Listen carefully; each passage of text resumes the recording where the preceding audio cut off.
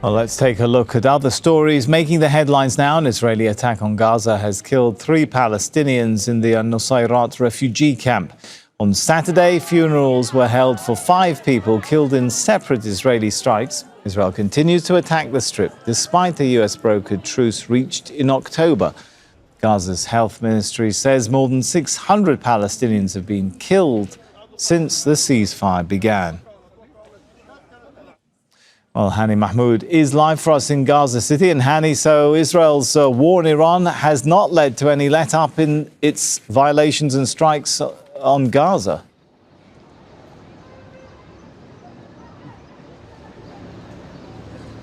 Oh, no, it did not. And in fact, it's happening in the background while the whole world is busy with what's going on with the regional escalation, Iran, Israel, and with Iran war over the past couple weeks. And it just taken advantage of that distraction and continued the attacks across the Gaza Strip. Most of these attacks happen in an unpredictable manner where you would not expect that areas that could be hit by the Israeli military, people inside their homes or inside whatever left of their homes or the shelters across the Gaza Strip. Just earlier this morning, while everyone was sleeping, a drone strike hit a residential building. Particularly, the target was a residential flat in this building, killing 3 people from the same family, a father, mother, and their son, a 12-year-old son, and then 1 child from the neighboring flat, identified as Ibrahim al-Hassanat,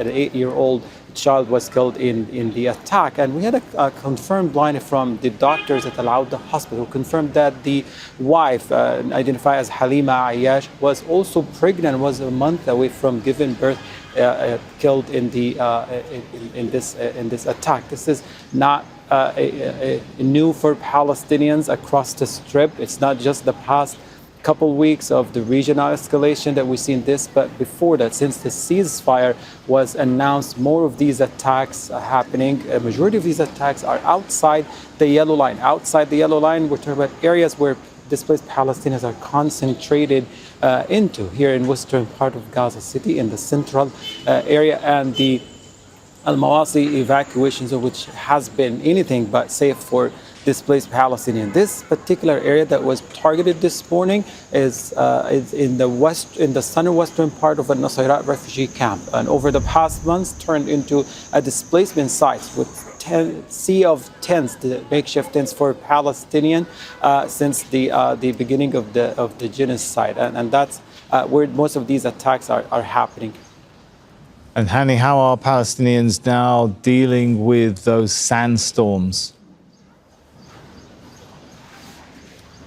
The storm swept across the Gaza Strip and destroyed many of the makeshift tents, the temporary shelters that Palestinians have been living in. It just dust and sand that landed inside these shelters and makeshift tents just made life extra difficult for Palestinians, those with medical complications. Many of the aid workers and doctors, when we talked to, they said there is the repeated exposure to dust and sand due to the storms, and worsening weather conditions are increasing the likelihood of the difficult health conditions, deteriorating health conditions for many of the patients with respiratory problems. Despite the storm easing, still a large number of Palestinians remain vulnerable, as the shelters where they live in just provide little protection, in most of the cases no protection whatsoever. Hundreds of thousands of Palestinians spend hours as of yesterday across the Gaza from Al-Mawasi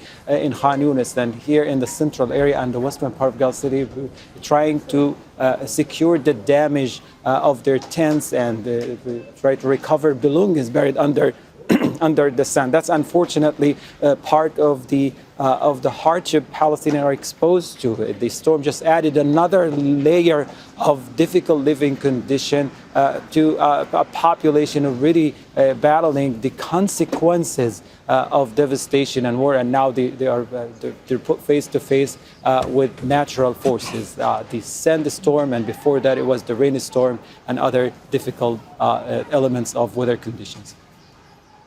That's Hani Mahmoud for us from Gaza City.